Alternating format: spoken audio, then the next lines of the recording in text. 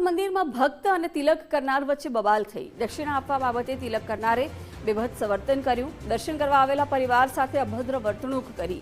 પરિવારે મંદિર પ્રશાસન અને પોલીસને ફરિયાદ કરી। બેભત્સ વર્તન કરતો વિડીયો સોશિયલ મીડિયામાં વાયરલ થયો છે। ફરિયાદ બાદ પોલીસે તિલક કરનારની અટકાયત કરી છે। પોલીસે આરોપીને પકડી પોલીસ સ્ટેશન લઈ જઈ તપાસ આરંભી। પવિત્ર યાત્રાધામમાં ભરેલી ઘટનાથી શ્રદ્ધાળુઓમાં ભારે રોષ જોવા મળ્યો છે।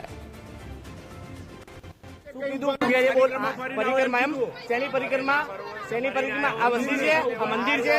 पैसा नी धंधो करे तू ए शू कहे तू पैसा आलो एटले शू पैसा एटले पैसा आलो एटले शू कहे छे तू शू कीधुं पेला शू बोल्यो तू सभ्यता तू राख धोळानी कदर तू करे छे के धंधो करवा बैठो छे धंधो करवा बैठो तू धंधो करवा बैठो बरोबर शू कहे छे तू शैनी વાત ચાલે એટલે તો ઘરે જતા રહો વાત કરવા માટે અમે ગમે તે કીધું ગમે તે એટલે પરિક્રમા લગેલા અરે ધોળા મર્યાદા મને ના શીખવાડીશ તું તું